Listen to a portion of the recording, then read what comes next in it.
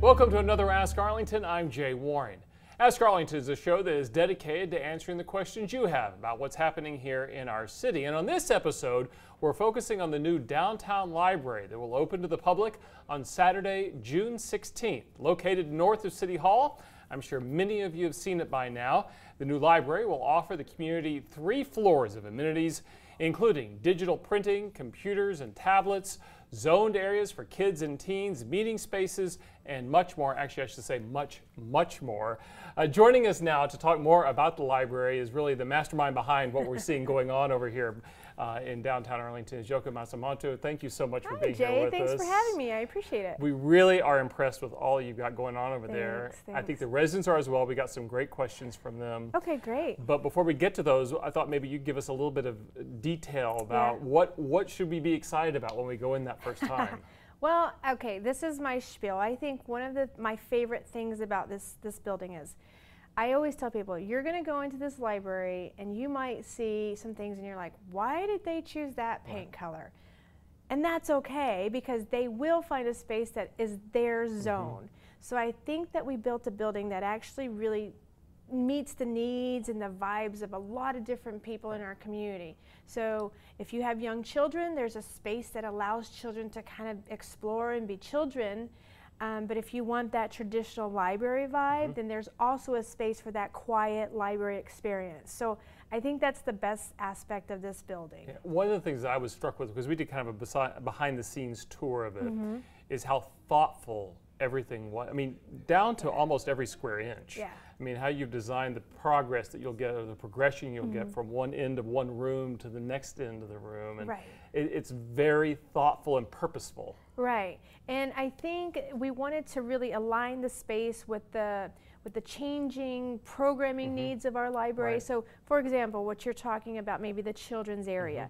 We established a program to really meet the needs of developing children from birth to 4, then they're moving into kindergarten, into 3rd grade, and then you have this tween time and then a teen. So all of our programs align that. So we're thinking about this building and like, how can we align our building to meet the needs of how we're trying to transition library users through the whole spectrum of their life? And that's exactly what we did. So you start with that 0 to 4, then you go through that children's room, and once they're teens, then they go up to the next floor.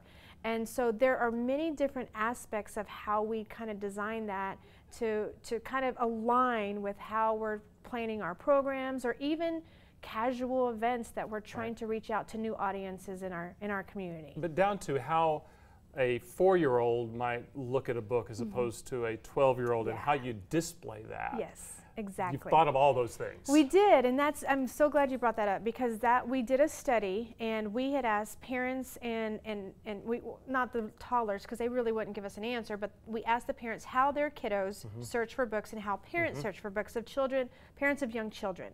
The top 2 responses we got, number 1, they come to us and want themes. So I like dinosaurs, I want princess books, I want whatever. And then the second way is that they do it is through the face of the book. So in our space, in that picture book collection, it's going to be face out, and it's by themes. And so because they look at pictures, they look at pictures, and that's how we shop. I mean, if you think about how our community has changed and how we as adults shop as well, it's that image of what they're seeing. So you might pick up a book just because the cover looks interesting or the cover looks I've cool. done that many times so as an adult. That's what we've done, and the craftsmanship of those bins are coming straight from our city, and it's handmade, and that's, I think, another really cool touch that we have our carpenter with our city building those bins for all the children to display, I mean all the picture books to be displayed for the kids. That's awesome. And we should say, and you have talked about this frequently, that this is a library of the future.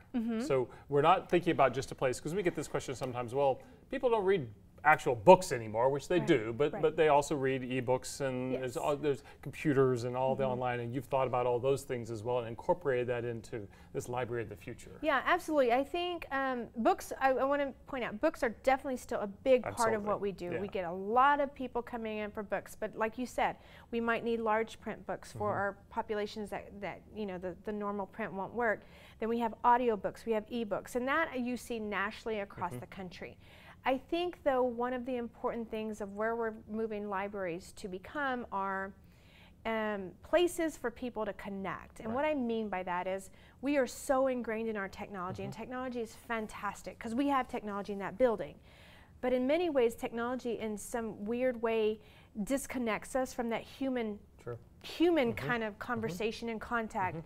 And so libraries are starting to become a place in communities that people can come and have a meeting, or, hey, Jay, let's meet out on the 3rd floor so we can just chat or whatever.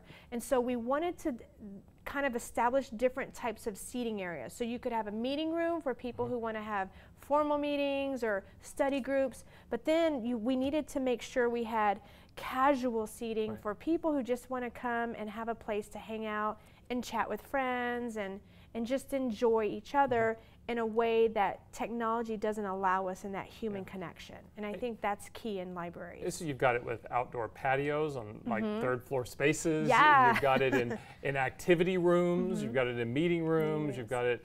There's seating everywhere. We even built got into it walls. in the walls. we even have it in the Discover wall. So the 10-foot wall, you can sit in there with your child. It's big enough for an adult and a child to sit in the actual letters of the wall. And so it's so cool. It makes in the color, and it's just very vibrant. And going back to selecting furniture, like we needed to have, like, we didn't select one chair for the entire library. It's different types of spaces and different types of vibes. So somebody might like a firmer, more sturdier chair, where somebody likes to cuddle with their kiddos. So we got a rocker, a G rocker that's a little wider that parents can get on a rocking chair with their kids. So throughout the space, there's just different vibes or different environments for everyone to enjoy. There is no doubt that there is something for everyone in that library. and I truly was. I was impressed, and that was it before you were completely moved in. Yeah. So I can't wait to see it completely finished. Right.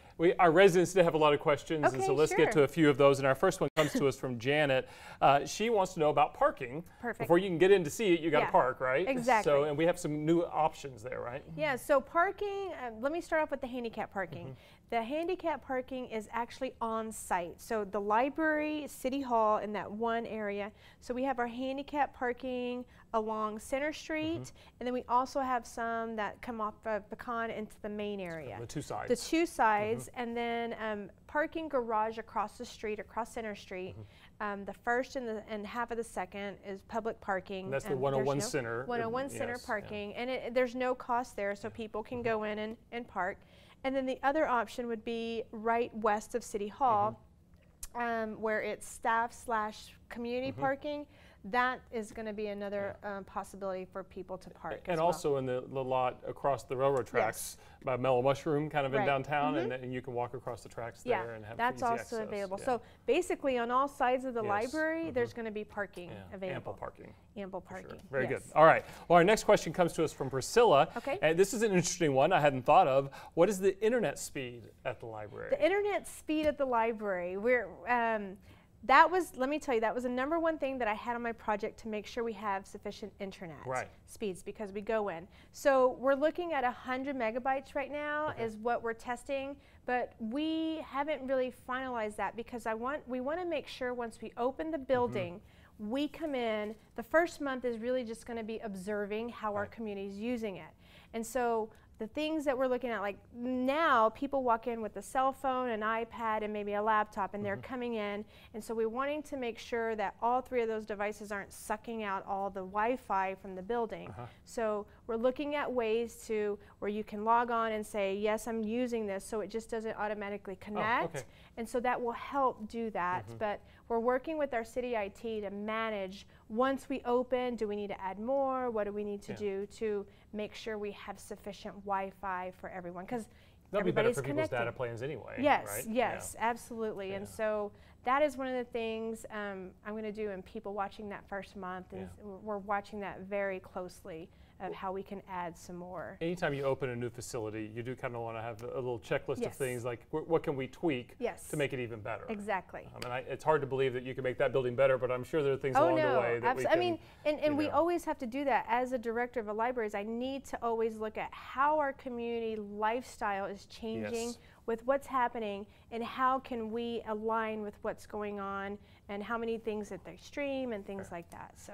Well, that's very cool. And one of the cool spaces in there, we mentioned there's activity spaces, but you're going to have a space called the makerspace. And that may be kind of a question like, what is that to people? And we did get one question to us. Jen wants to know if there's a link that explains how this will work and what will be available there. So kind of go through the makerspace for us. Okay, so makerspaces, we have two main areas on the second floor.